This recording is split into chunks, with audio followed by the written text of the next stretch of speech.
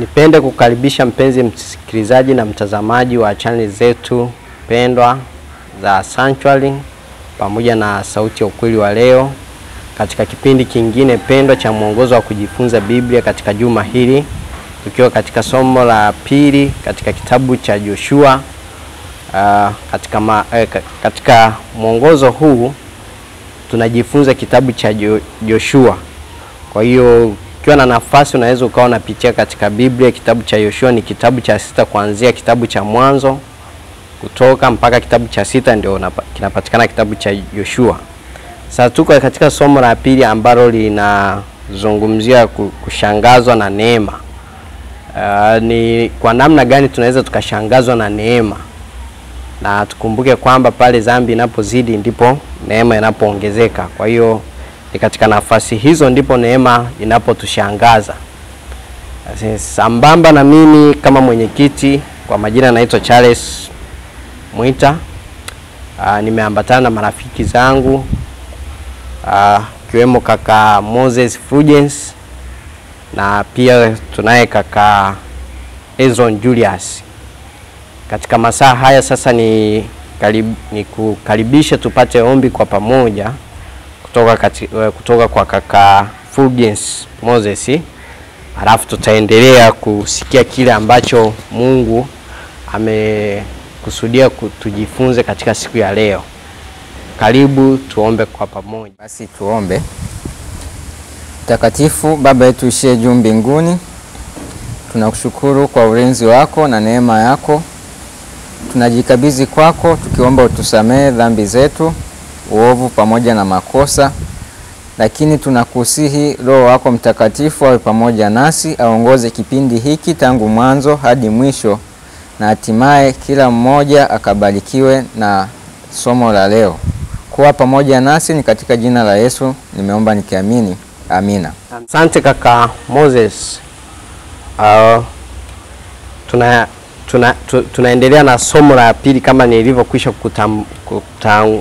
kutambulishia mpenzi mtazamaji, kushangazwa na neema. Fungu letu kiongozi linatoka katika kitabu cha Waebrania 11 na ule mstari wa 31. Kwa imani Rahabu yule kahaba. Kisha sikia neno kahaba, ni lazima utashangazwa. Kwa imani yule Rahabu kahaba hakuangamia pamoja na hao walioasi, kwa kuwa aliwakaribisha wale wapelelezi kwa amani. Hii tutie moyo kwamba hakuna dhambi yoyote tunaweza tukaifanya hata tusihisi. Yani kwa wale tunaoona ni wa dhambi, tusifikiri kwamba hakuna neno jema ambalo wanaweza wakatenda kwa ajili ya wokovu wa watu wengine na wokovu kwao binafsi. Kuna mtu fulani yuko mahali fulani anafikiri kwamba kuna dhambi kubwa ameitenda ambayo haiwezi. Rahabu kahaba katika kitabu cha Joshua ni mmoja ya wanawake ambao walikuwa ni wa dhambi kwa viwango vya hali ya juu, lakini kwa matendo ya dakika kadhaa ikaamua hatima ya wokovu wake. Hata wewe tunakutia moyo, kuna vitu unaweza ukaamua kufanya vikaamua hatima na vikabadilisha maisha yako tofauti na yale ambayo yamesomeka kwa muda mrefu. Sasa nitaanza na kaka Ezron. Tunajua kwamba huwa kuna wakati tunapata nafasi ya pili. Nafasi ya pili. Nafasi ya kwanza tunapoichezea, je, ni matokeo gani tutayapata kwa kuchezea nafasi ya kwanza? Lakini ni kwa namna gani tunaweza tukaitumia nafasi ya kwanza bila kuwa na ile akili ya kusema kwamba tuna nafasi ya pili. Asante sana kaka Chazi. Awali ya yote niseme kwamba kusudi la Mungu kwa maisha yetu ni kutaka kutuokoa. Yote ambayo Bwana anatoa, fursa anazotoa, nafasi ni kwa ajili ya wokovu wetu. kwa sababu Biblia iko wazi. Katika Petro anasema Bwana hakawii kuitimiza ahadi yake, kama wengine wanapokudhania kuwa ni kukawia, bali huvumilia ili wote wafikirie toba. Maana hapendi mtu yeyote apotee, bali huvumilia ili wote wapate kufanya nini? Kufikiria toba. Kwa hiyo pamoja na ukaidi wote, pamoja na dhambi zote tunazoweza kuwa nazo, lakini Bwana huvumilia. Lakini pamoja na kuvumilia, tukumbuke kwamba Bwana anaweka kikomo. Tukisoma katika Ayubu 14 fungu la 5, Ayubu 14 fungu la 5, Biblia iko wazi kwamba Bwana anaweka kikomo. Kuna muda ambao Bwana amewaamuru ambayo mwanadamu hawezi kuvuka. Amemwekea mipaka ambayo mwanadamu hawezi kufanya nini? Hawezi kuivuka. Tusome Ayubu 14 fungu la 5, nasema kwa kuwa siku zake zimeamuriwa, hesabu ya miezi yake unayo wewe, nao amemwekea mipaka yake asiyoweza kuipita. Kwa hiyo hata kama kuna rehema, bado rehema ina kikomo. Mungu anatoa nafasi nyingine, lakini nafasi hiyo kuna muda inafika na kuwa kikomo. Hata ukisoma katika Mwanzo 15 ile fungu la 13, wakati ambapo Mungu anamwambia Ibrahimu, ujue hakika ya kwamba kizazi chako kitakuwa kigeni katika nchi isiyokuwa yake, kitatumika kule, baadaye nitawahukumu, alafu kizazi cha 4 kitarudi hapa, kwa kuwa haujatimia uovu wa Waamori bado. Kwa hiyo kuna kikombe ambacho Bwana anakuwa amekiweka, kikijaa hakiwezi kumwagika. Kikijaa hata Bwana hana lolote analoweza kufanya kwa mtu ambaye anakataa rehema zake. Kwa hiyo pamoja na kwamba Israeli waliendelea kumuasi Bwana, kama ambavyo tunasoma katika Kumbukumbu la Torati 9 fungu la 23, Biblia inasema na wakati alipowatuma Bwana kutoka Kadesh Benea, akiwaambia kweeni mkaimiliki nchi niliyowapa, ndipo mkaasi juu ya maagizo ya Bwana Mungu wenu, hamkusadiki wala hamkusikiliza sauti yake. Kwa hiyo Bwana aliwaambia kweeni, hakuambia wakapigane. Baada ya kupeleka wale wapelelezi, walivyorudi na taarifa mbaya, 10 walirudi na taarifa mbaya, 2 wamerudi na taarifa nzuri za kutia moyo, lakini kwa sababu ya uasi wao wakaamua kumwasi Bwana, wakaamua kukaidi, wakaamua kukataa kusikiliza sauti ya nani? Sauti ya Bwana. Lakini bado Bwana akaendelea kutoa rehema kwao. Na tunaona kwamba baada ya kuwa wamekataa kile ambacho Bwana alikuwa amefanya kwa ajili yao, Bwana akagairi kwamba hawataingia, kwa sababu anasema walimchukiza. Kwa hiyo tunaweza tukao tunamchukiza Bwana, lakini anaendelea kutoa nafasi ya pili. Lakini pamoja na hayo, tujue kwamba kuna muda utafika ambao kuna kikomo, ambao uvumilivu hautaendelea kuvumilia tena. Kama ambavyo sasa tunajifunza kwamba Kristo yuko patakatifu akituombea, anasubiri dhambi zetu. Huduma ya upelelezi kuna muda itakoma, haitaendelea kuwepo. Kwa hiyo wakati huu ambao tulio nao ni wakati muhimu ambao kila mdhambi anapaswa kujichunguza, anapaswa kutubu. Ni wakati ambapo tunapaswa kujichunguza, tuache dhambi, kwa sababu ndio kusudi la Bwana. Kwa hiyo hata hivyo, kwa kila mtu Bwana anaendelea kutoa nafasi ya pili, kwa sababu Bwana hawezi kumwangamiza mtu pasipo kumfunulia ujumbe, pasipo kumpa nafasi ili aweze kubadili tabia zake. Asante kaka Ezron kwa mchango huo. Na hii mpenzi msikilizaji, kwa kadri tunavyotumia nafasi ya kwanza vibaya, ndivyo nafasi ya pili, wala haimaanishi kwamba Mungu atapunguza jaribu, ila linazidi kuwa gumu zaidi. Kwa hiyo kama ambavyo wana wa Israeli, masharti yale ambayo yaliwekwa mara ya kwanza kwenda kutoa mji, mara ya pili yalikuwa vile vile, na yawezekana kuna vitu vilikuwa vimeongezeka. Kwa hiyo ni lazima tuwe makini tunapokuwa tukifikiri kwamba tunapochezea nafasi ya kwanza, tukifikiri kwamba nafasi ya pili itakuwa na unafuu kidogo. Kwa hiyo Mungu atusaidie tutumie nafasi za kwanza ambazo Mungu anatumia, maana hatujui kama kweli tutazipata au tukizipata zitakuwa zimeongezeka na nini cha ziada. Nirudi kwa kaka Fulgence. Tunamwona Rahabu kahaba ana wahifadhi kwa njia ya uongo wale wapelelezi, kama ambavyo kaka Ezron ametoka kuzungumzia katika mchango. Sasa je, ni halali kwetu kutumia uongo ili kuficha siri fulani, au katika tunapojishughulisha na habari ya utume, Je, tunaweza tukaficha baadhi ya mambo ili mradi tu mtu fulani kuokolewa pasina kuyajua na wakati anajulikana yapo?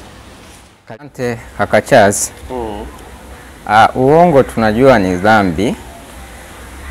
Na kama ni dhambi sio halali kutumia uongo kwa ajili ya nini? Kwa ajili ya kufanya shughuli yoyote ya utume. Lakini kitu ambacho nimekipenda kwa Rahabu, licha ya kwamba mwanzoni alitumia uongo kumdanganya mfalme ya kwamba wametoka wakati kiukweli alikuwepo chochote. Lakini Bwana anauchunguza nini? Moyo. Na kama ambavyo kaka Ezra ametoka kusema kwamba neema ipo kwa ajili ya watu, hata yale mataifa ambayo yalikuwepo katika nchi ya Kanaani yalikuwa na neema, ikiwa yangefanyeje, yangetubu. Lakini tatizo ni kwamba aliendelea kushindana na nani? Na Mungu. Ila tunaona tofauti ya Rahab, na hiki kisa pia kinaendana na kile cha Gibeoni pia. Ijapokuwa nao wote hawa tunaona njia waliotumia kiukweli haikuwa sio sahihi. Ila malengo ambao walikuwa nayo, walikuwa wanataka kuokoa familia zao.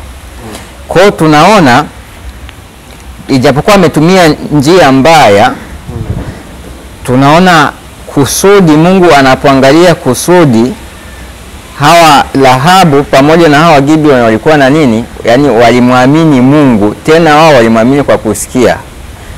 Na tukisoma Yoshua 2 pale ile sura ya pili, tunaona jinsi Rahabu anavyomshuhudia Mungu wa nini? Wa Israeli. Kwa hiyo anakuja kuweka tofauti na kizazi cha kwanza ambacho licha ya kwamba kilimshuhudia Mungu, chenyewe kilimshuhudia Mungu, lakini bado akikufanyaje?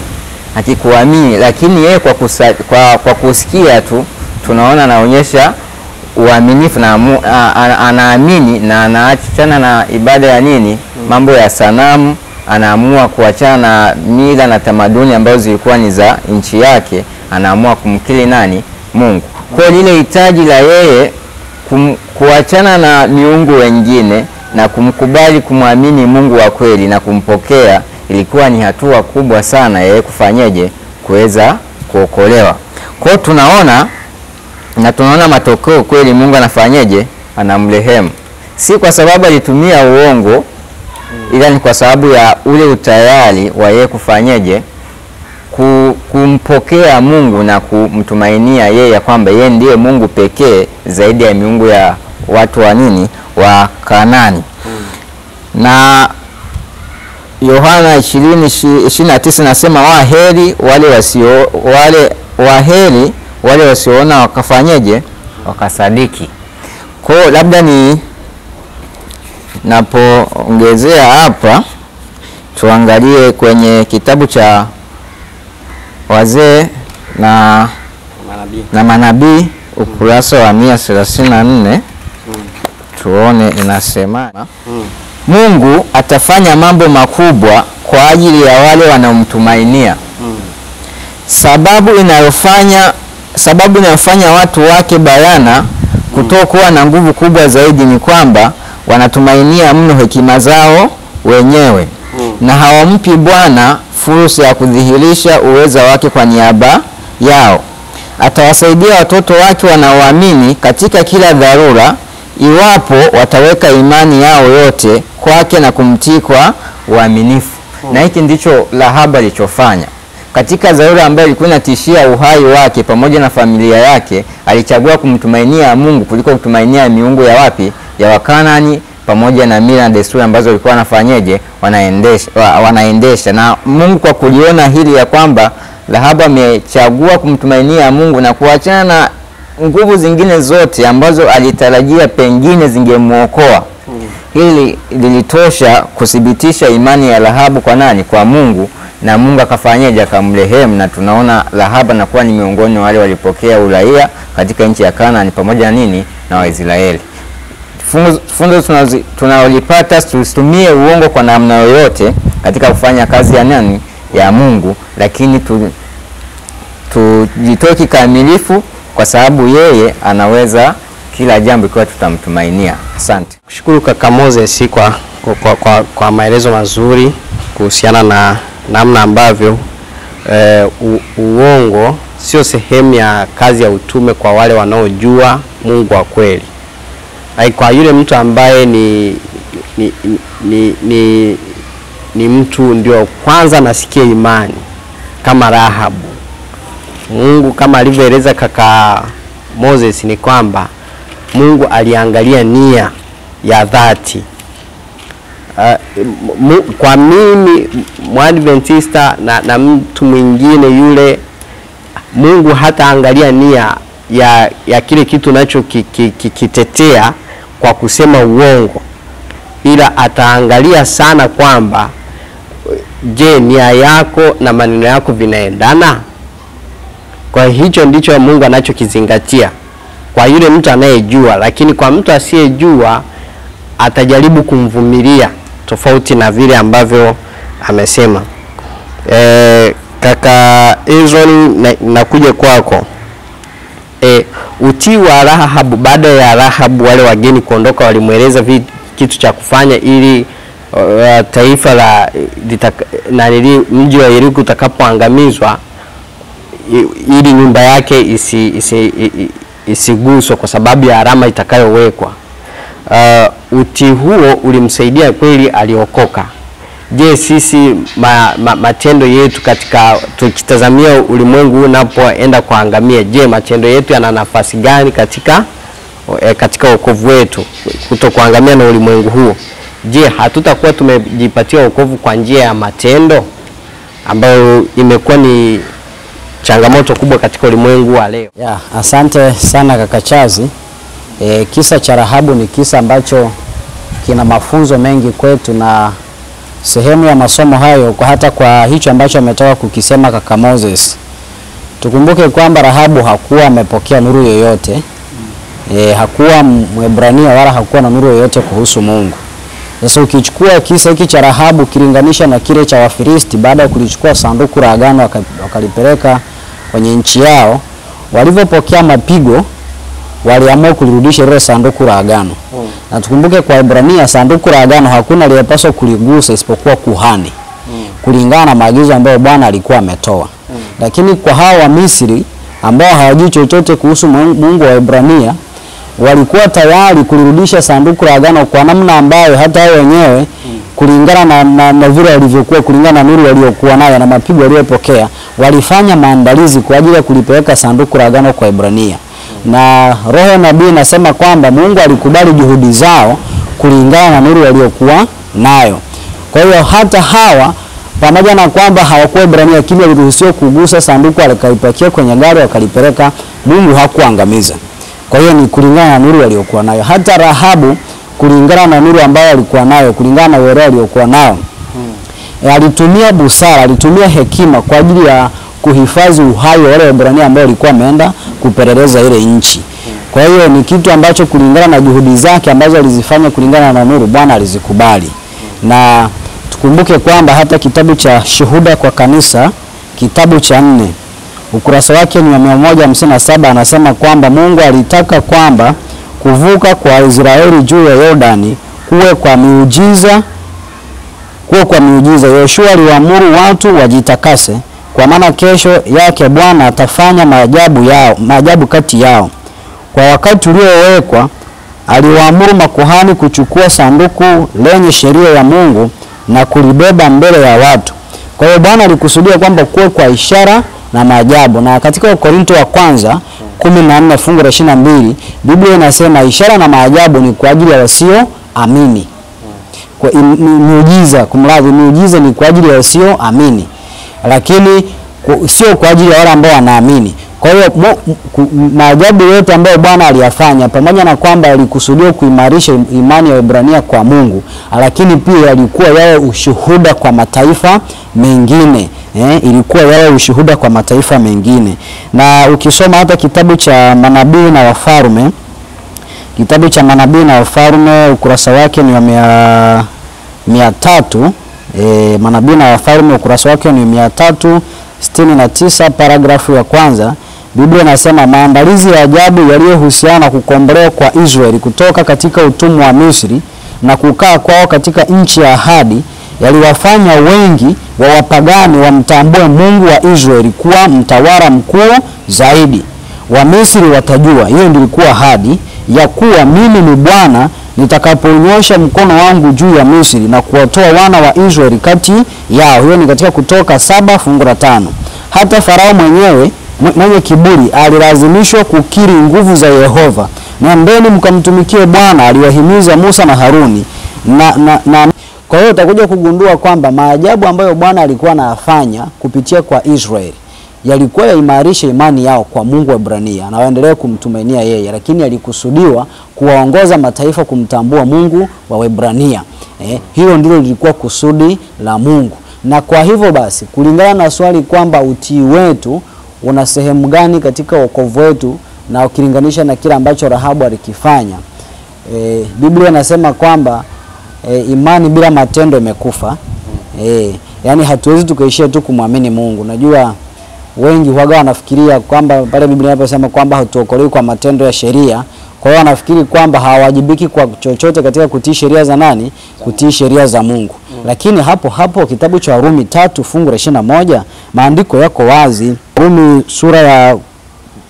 sura ya pili kumradhi, sura ya pili fungu la 13, Biblia inasema kwa sababu sio wale waisikiao sheria walio wenye haki mbele za Mungu, bali ni wale waitendao sheria ndio watakaohesabiwa haki. Kwa hiyo kuna kusikia sheria na kuna kutenda. Na hata Yakobo 2 inasema kwamba tusio wasikiaji wa neno tu, bali tuwe watendaji. Kwa hiyo imani na matendo ni vitu pacha. Na hata Ibrahimu ambaye tunajifunza habari zake kwamba alimwamini Mungu akahesabiwa kuwa ni haki, wakati alipoambiwa kumtoa Isaka sadaka kuteketezwa katika Mwanzo 22, Mungu alishuhudia juu ya Ibrahimu, anasema kwamba sasa ninajua ya kuwa unamcha nani? Unamcha Bwana, kwa kuwa hukunizuilia mwanae wa pekee, kwa kuwa umetenda hivi.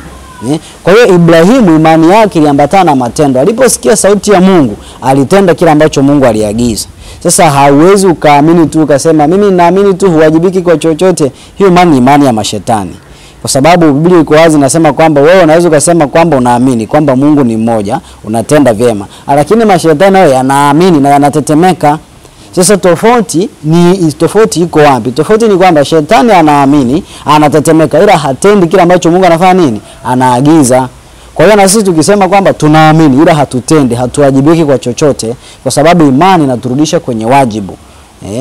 Kama hatunaamini alafu hatutendi chochote, tuna imani ya mashetani.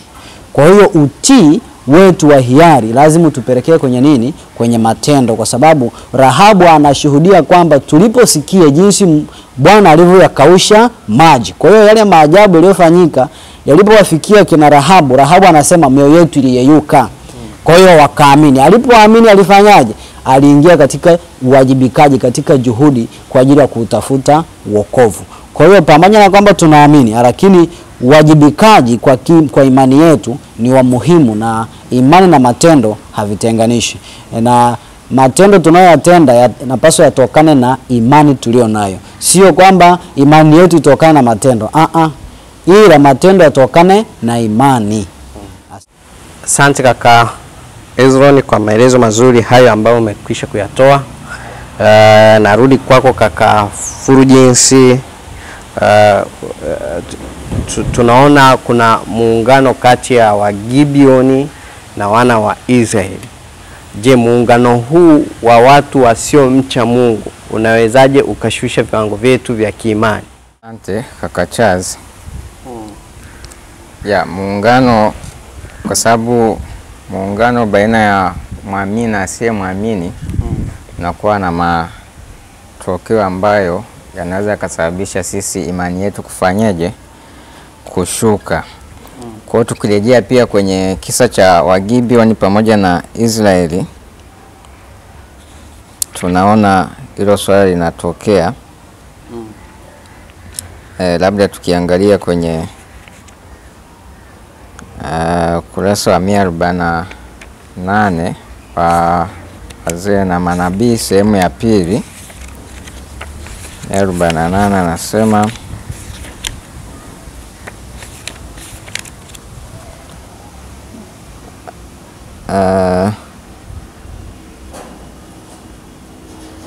Kwa sababu kwanza tukumbuke Wagibeoni walikuwa hawamwamini Mungu wa Israeli. Kwa walikuwa na ibada za sanamu. Tofauti na ibada ambayo wana wa Israeli walikuwa wakifanya. Kwa kulikuwa na tofauti ya kiimani.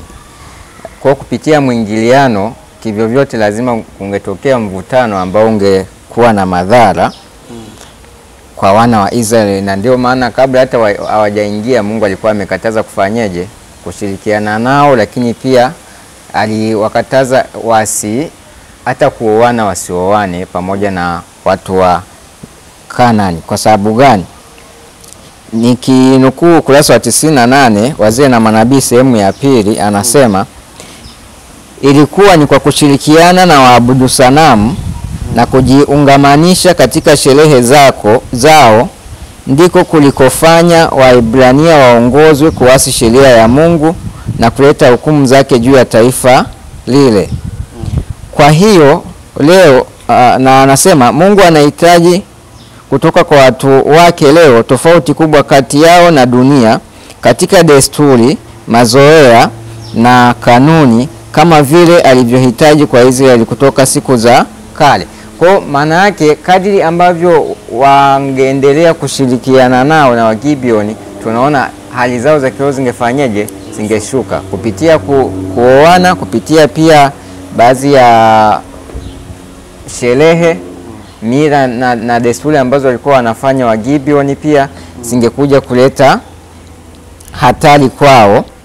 Na anasema maburudisho mengi ambayo ni maarufu duniani leo, hata miongoni mwa wale wanaokiri kuwa Wakristo, huelekea katika mwisho ule sawa na yale ya wapagani.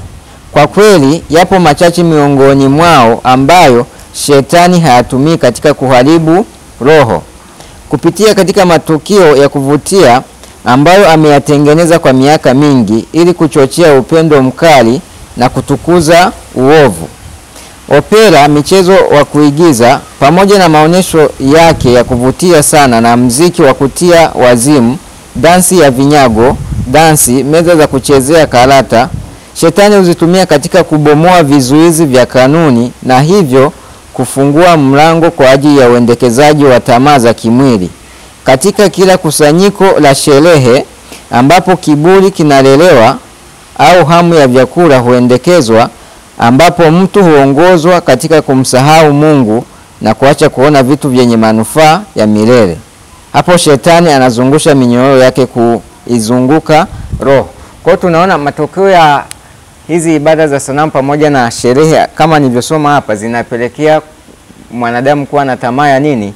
Ya mwili. Na anapokuwa na tamaa ya mwili inakwenda kuathiri katika nyanja kwa maana ya kiroho, lakini pia pamoja na kiakili. Kwa ule uwezo tena wa kusikiliza maagizo ya Mungu unashuka. Na unaposhuka anakuwa kwenye hatari pia ya kufata tamaa zake kuliko kufata maagizo ya nani? Ya Mungu. Na huu ni mpango wa shetani, kwa sababu kupitia haya mambo hakuna ushirikiano wote ambao unaweza kuwepo baina ya nuru na nini? Na giza.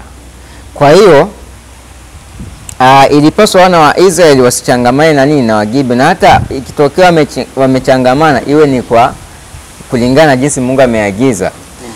Ambapo ni jinsi gani? Ilikuwa ni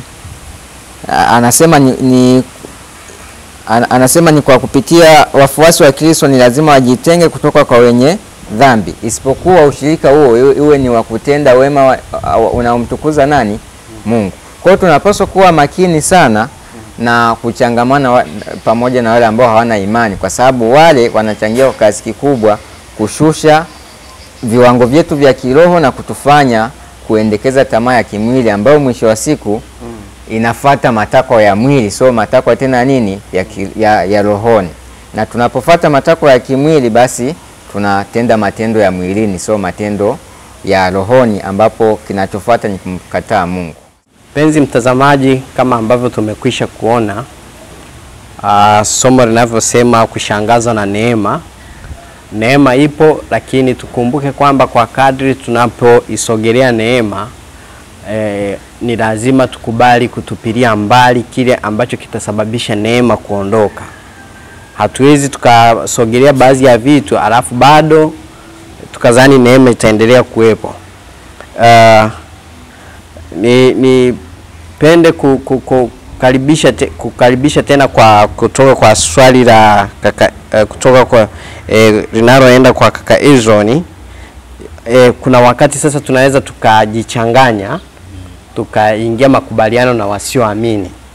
Sasa tunawezaje ikatokea kama ambavyo Yoshua alidanganywa kwa hila na Wagibioni, lakini kumbe ikawa ni sehemu ya kujichanganya. Sasa tunawezaje hata katika kutokuelewa tumeingia makubaliano, tukaonyesha msimamo wetu wa kiimani pasina kujali yale makubaliano ambayo tumeingia? Karibu. Inaweza isiwe rahisi kwa sisi kuendelea kudumisha uthabiti wetu kwa Mungu pale tunapokuwa tumejichanganya na watu ambao hata kama ni kwa hila au kwa kukubaliana tumejichanganya na watu ambao sio wa imani yetu. Na hili mara kadhaa kwa sababu Bwana anajua athari zake, ndio maana alizuia Israeli kwamba wasijichanganya na hao watu. Bwana alijua athari zake. Na hivyo pia Bwana anataka hata leo kwamba wale ambao wanalibeba jina lake, pamoja na kwamba tunaweza tukawa katikati yao, lakini hatupaswi kushirikiana na wao katika maovu yao. Bwana anakusudia kwamba hata hivyo kwamba tusijitenge kabisa na ulimwengu. Na hata hivyo kwa Israeli Bwana hakukusudia kwamba sasa wajifungie kama walivyofanya kwamba wajenge ukuta wa huko asiingie wa huko asitoke. Bwana alikusudia kwamba kulingana na nuru waliokuwa nayo waisambaze kwa mataifa mengine. Na kama wangekuwa waaminifu wangeshuhudia kile ambacho Bwana alikuwa amekusudia kwao. Na tunajifunza historia ya Israeli ni onyo kwetu, na tunaambiwa kwamba uzoefu wao unaelezea uzoefu wetu. Hali yao kabla kuja kwa Yesu mara ya kwanza inaelezea hali ya Israeli ya kiroho kabla kuja kwa Yesu mara ya pili. Sasa ukisoma hata Wafalme wa kwanza, Wafalme wa kwanza sura ya 11 kianzia fungu la kwanza na la pili, Biblia inasema Mfalme Sulemani akawapenda wanawake wengi wageni pamoja na binti yake Farao, wanawake wa Moabi na wa Amoni na wa Edomi na wa Sidoni na wa Wahiti na wa mataifa Bwana aliowaambia wana wa Israeli, msiingie kwao wala wasiingie kwenu, kwa kuwa hakika wataigeuza mioyo yenu kuifuata miungu yao. Sulemani akaambatana nao na kuwapenda.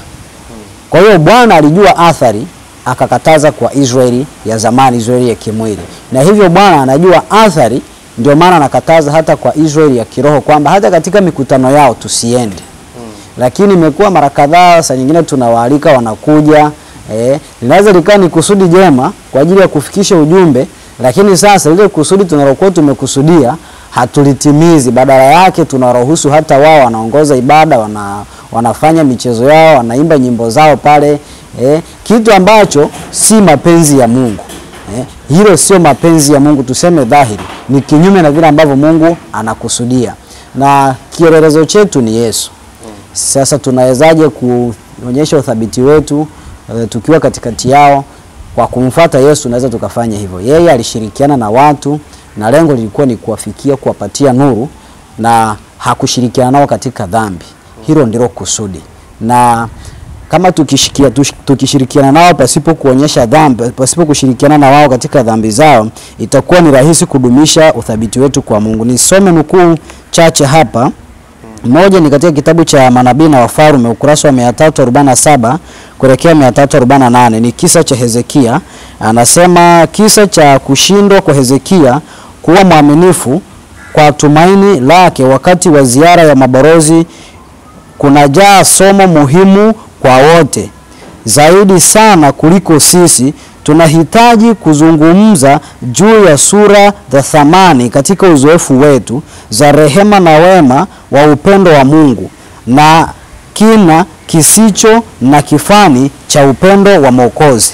Wakati akili na mioyo vinapojazwa na upendo wa Mungu, haitakuwa vigumu kutoa kile ambacho kimeingia katika maisha ya kiroho.